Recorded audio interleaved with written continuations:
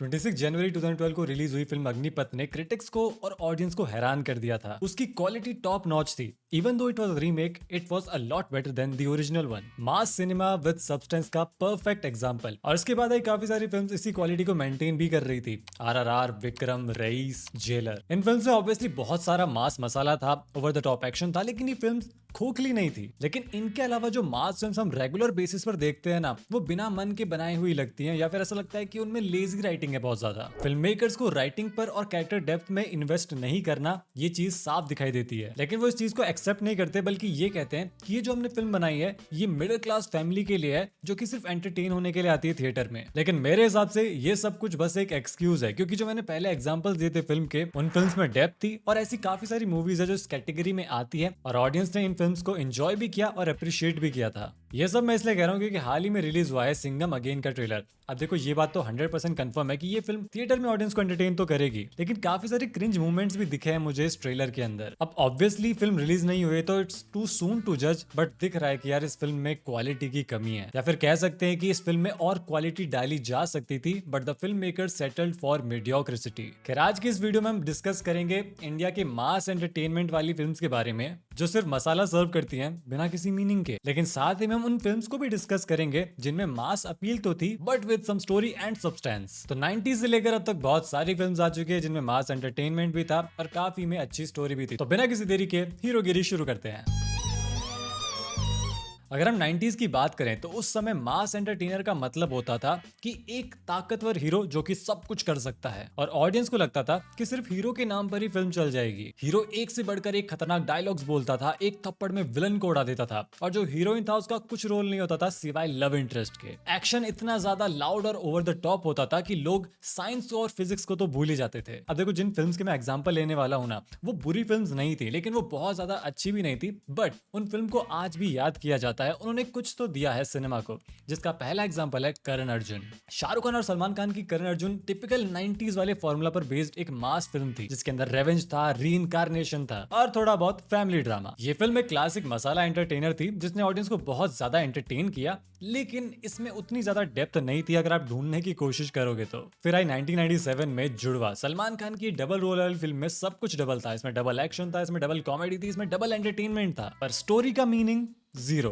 मास entertainers में film makers comedy डालकर audience को डिस्ट्रैक्ट करते थे और प्लॉट को उतना सीरियसली नहीं लेते थे। हालांकि उस टाइम के हिसाब से लोगों ने इस फिल्म को एंजॉय किया था और ये उतनी ज्यादा बुरी तो नहीं थी। पर प्रॉब्लम जो है ना, वो ये थी कि ये जो फिल्म थी, इनसे लोग एंटरटेन होते हैं, लेकिन जब आप थिएटर से निकलते हो ना, तो इस फिल्म के बारे में फिर कुछ सोचते नहीं हो, कुछ थॉट प्रोवोकिंग इसमें मैसेज नहीं होता है, कुछ इमोशनल डेप्थ नहीं होती। पर सवाल ये कि यहाँ पे इमोशनल डेप्थ और थॉट प्रोवोकिंग मैसेज रिक्वायर्ड था भी या नहीं, तो मेरे ख्याल से यहाँ पर तो नहीं था। चलो एक और एग्जांपल लेता हूँ। ये एग्जांपल घटिया फिल्म का है, और वो है गुंडा, जो कि 1998 में आई थी। ये फिल्म इतनी ज्यादा बुरी है कि इसे कल्ट स्टेटस मिल चुका है। It is so bad that it is a masterpiece now. इस फिल्म की डायलॉग डिलीवरी इतनी ज्यादा हिलेरियस है ना कि सीरियस मोमेंट भी कॉमेडी वाले लगते हैं। मेरा नाम है बुल्ला, रखता हूँ खुल्ला।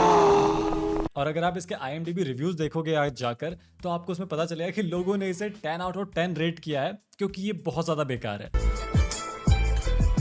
2000s के डेकेड में ना थोड़ा चेंज आने लगा था इस वाली कैटेगरी में। ऑडियंस की एक्सपेक्टेशंस भी ना थोड़ी और ज्यादा बढ़ चुकी थी, और फिल्म मेकर्स भी समझ गए थे कि अब सिर्फ एक्शन दिखाने से कुछ नहीं होगा, थोड़ी स्टोरी भी डालनी पड़ेगी, थोड़े कैरेक्टर्स भी अच्छे लिखने पड़ेंगे। और हमें एक्चुअली में एक अच्छी मास एंटरटेनर फिल्म मिली थी 2008 में, गजनी। गजनी में जो ओवरऑल चीजें हो रही थी, जो उसका प्लॉट था ना, वो रियल लाइफ में पॉसिबल नहीं लगता है, तो इसे मास की कैटेगरी में ऑब्वियसली हम डाल सकते हैं। लेकिन इसके अंदर जो स्टोरी थी, इसके अंदर जो कैरेक्टर आर्क थे ना, वो जबरदस्त थे। एक यूनिक स्टोरी थी जो मेरे ख्याल से ऑडियंस के साथ में उस समय कनेक्ट कर गई, और आज भी वो फिल्म एंटरटेनिंग तो लगती है। अब भले ही वो रीमेक हो, कुछ भी हो, ऑडियंस ने उसे एंजॉय किया था और उसमें कुछ मीनिंग भी था। क्योंकि ना अब तक जो स्टोरीज हमने देखी थी बॉलीवुड के अंदर या फिर इंडियन सिनेमा के अंदर, उसमें ये कुछ अलग था। काफी सारे ड्रामा के साथ में मेमोरी लॉस वाला ट्विस्ट, ये तो एक्चुअली में उस समय के हिसाब से कुछ यूनिक था। फिर 2009 में आती है सलमान खान की वांटेड। अब मैं ये नहीं कह रहा कि ये बहुत बहुत ही ज्यादा बढ़िया फिल्म है, लेकिन इस फिल्म से सलमान खान का कमबैक हुआ था और ये हिट भी हुई थी। और इस फिल्म का एक कैरेक्टर तलपड़े आज भी बहुत ज्यादा पॉपुलर है। अब देखो भले ये फिल्म सबसे अच्छी नहीं थी, लेकिन इसने एक एरा तो स्टार्ट किया था मास कैटेगरी में। ये फिल्म भी साउथ इंडस्ट्री से ही एक रीमेक बनाई गई थी, लेकिन इसके अंदर स्टोरी अच्छी थी, इसीलिए लोगों ने इस फिल्म से कनेक्ट किया था। तो घूम फिर कर बात यही आती है कि अगर आपकी स्टोरी अच्छी होगी ना, तो आप ओवर द टॉप चीजें करते हो तो उसका सेंस बनता है। इसी डेकेड में हमें क्रिश जैसी फिल्म भी देखने को मिली, हमें धूम 2, धूम 1 जैसी फिल्म भी देखने को मिली, और फिर आती है धूम 3, जिसकी बेइज्जती मैं करना नहीं चाहता क्योंकि मैं उस फिल्म को भूलना चाहता हूँ। तो हाँ, वो वर्स्ट एग्जांपल है मास एंटरटेनर की कैटेगरी का, क्योंकि फिल्म के अंदर वो विजुअली इतना अच्छा दिखाने में लग गए थे कि स्टोरी भी डालना भूल गए, उसमें वो कैरेक्टर्स को अच्छा दिखाना भूल गए, वो प्लॉट होल्स को ठीक करना भूल गए। लेकिन 2010 के बाद से कुछ ऐसे फिल्म मेकर्स आए जिन्होंने बताया कि मास फिल्म में सिर्फ एक्शन और ड्रामा नहीं बल्कि सब्सटेंस भी हो सकता है काफी सारा। ऐसे डायरेक्टर्स आए जिन्होंने सिर्फ स्पेक्टेकल को ही नहीं बल्कि स्टोरी को भी इंपॉर्टेंस दिया, और इसका सबसे ग्रैंड एग्जाम्पल है बाहुबली। एस.एस. राजामौली ने बाहुबली सीरीज के साथ में बताया कि कैसे मास अपील और मीनिंगफुल स्टोरी के साथ में एक बहुत बढ़िया बैलेंस बनता है। बाहुबली एक स्पेक्टेकल था, उसका सीजीआई अच्छा था उस समय के हिसाब से, इंडियन फिल्म इंडस्ट्री के हिसाब से लोगों ने उसको विजुअली बहुत ज्यादा एंजॉय किया था, उसके विजुअल्स को बहुत ज्यादा अप्रिशिएट किया था। लेकिन हम लोग घर पर क्या चीज लेकर गए थे कि आखिर कटप्पा ने बाहुबली को क्यों मारा? तो देख रहे हो कि कैरेक्टर्स और स्टोरी ने ज्यादा इंपैक्ट किया था, जबकि पैसा सबसे ज्यादा लगा था सेट्स पर, सेट डिजाइन पर, वीएफएक्स पर। लेकिन लोगों ने किस चीज से कनेक्ट किया? कटप्पा से। तो एस.एस. राजामौली ने बाहुबली सीरीज के साथ में स्पेक्टेकल तो दिया ही था ऑडियंस को, लेकिन एक इमोशनल एक्सपीरियंस भी दिया था। इसके बाद मैं एग्जांपल लेना चाहूंगा विक्रम का। तो जब मैंने विक्रम का ट्रेलर देखा था ना, तो मैं कुछ समझ ही नहीं पाया था कि आखिर ये फिल्म है किस बारे में, इसमें इतने सारे कैरेक्टर्स क्यों है, क्योंकि ट्रेलर बड़ा ही कंफ्यूजिंग है। तो मैं बिना एक्सपेक्टेशन के बस थिएटर गया था, और जब मैं थिएटर से निकल रहा हूं ना, तो मैं सोच रहा हूं कि यार क्या मैंने इस क्वालिटी की मास फिल्म पहले कभी देखी है? और इसका जवाब था नहीं। एक फिल्म जो कि ड्रग कार्टेल के अराउंड रिवॉल्व करती है, एक पुलिस ऑफिसर के अराउंड रिवॉल्व नहीं, पुलिस नहीं, कोई ऑफिसर तो था रिटायर्ड, और फिर जो बीजीएम है, जो विजुअल स्टाइल है फिल्म की, वो सब कुछ बहुत ज्यादा एपिक था। और विक्रम से सिमिलर एक और फिल्म आई हाल फिलहाल में, जेलर। अब मैं उसको उस लेवल पर तो नहीं रखूंगा कि वो विक्रम के बराबर थी, लेकिन वो मास कैटेगरी में बहुत ज्यादा बढ़िया फिल्म है। अगर आपका ट्रेलर देखोगे ना, तो लगेगा कि ये तो यार एक टिपिकल साउथ इंडियन फिल्म लग रही है, लेकिन जब फिल्म देखोगे तो आपको पता चलेगा कि इसके अंदर एक्चुअली में एक अच्छी स्टोरी है, कुछ हाँ क्रिंज मूवमेंट्स भी है जो कि होते ही हैं मास फिल्म्स में, लेकिन साथ ही में बहुत अच्छा बीजीएम भी है, बहुत अच्छी एक्टिंग भी है। पुष्पा भी एक अच्छी मास एंटरटेनर वाली कैटेगरी में हम रख सकते हैं इस फिल्म को। हालांकि मैं इस फिल्म का फैन नहीं हूं, मुझे फिल्म उतनी अच्छी नहीं लगती है,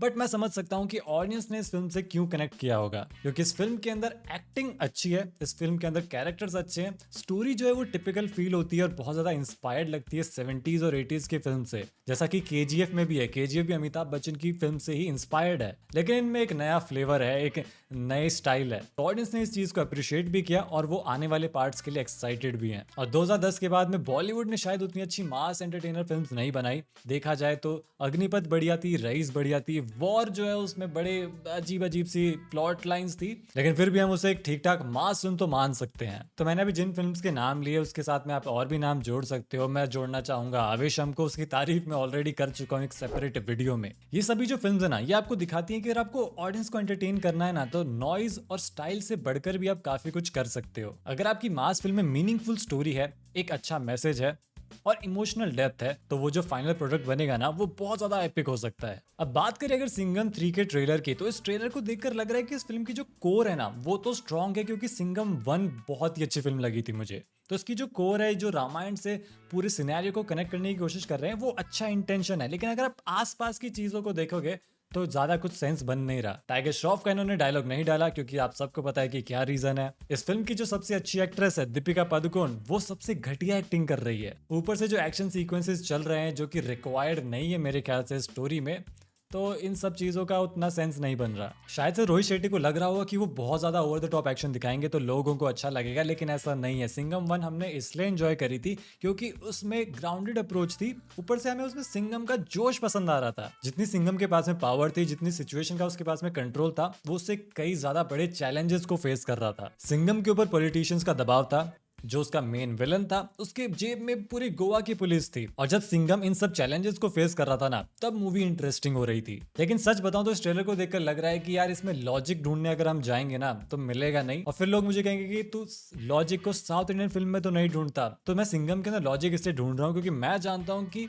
रोहित शेट्टी का पोटेंशियल बहुत ज्यादा है। मुझे लगता है कि बॉलीवुड से अगर कोई विक्रम लेवल की फिल्म बना सकता है, तो वो रोहित शेट्टी है, क्योंकि ही नोज द ऑडियंस। उनके पास में बहुत सारा एक्सपीरियंस है, उन्होंने अच्छी अच्छी फिल्म्स बनाई हैं। अब बस उनको ये करना है कि उनको एक अच्छा राइटर हायर करना है शायद से। तो इस वीडियो को बनाने का ये पर्पस था कि कैसे फिल्म मेकर्स एक्सक्यूजेस दे रहे हैं एक घटिया फिल्म बनाने के लिए। उनका ये कहना है कि ऑडियंस को ऐसी ही फिल्म पसंद है, जबकि ऐसा नहीं है। अब हमें क्वालिटी फिल्म 4 साल में एक बार मिलेगी तो क्या ही करेंगे, बाकी जो ऑप्शन है वही देखना पड़ेगा ना। अब माना कि RRR जैसी फिल्म बनने में 3-4 साल लग जाते हैं, लेकिन what about Agnipath, what about Raees, what about Vikram? ये सभी फिल्म्स कम टाइम में बनी है, तो आप कम टाइम में भी अच्छी फिल्म बना सकते हो। और देखा जाए तो सिंघम 3 बहुत पहले अनाउंस हुई थी और बहुत टाइम से इसके ऊपर काम चल रहा है। और बात यहाँ कोई विजुअल्स की तो कर भी नहीं रहा है कि हमें बहुत ज्यादा अच्छे विजुअल्स देखने हैं, हमें एक सॉलिड स्टोरी देखनी है। तो यार ये जो टॉपिक है ना, ये डिबेटेबल है। हो सकता है कि इसमें मैंने काफी सारी चीजें गलत कही हो, या फिर काफी सारी चीजें हैं जिनमें आर्गुमेंट हो सकता है। तो कमेंट सेक्शन में अपने आर्गुमेंट रखना। बाकी वीडियो चलेगी तो लाइक और शेयर कर दो, और मैं आपको मिलूंगा अब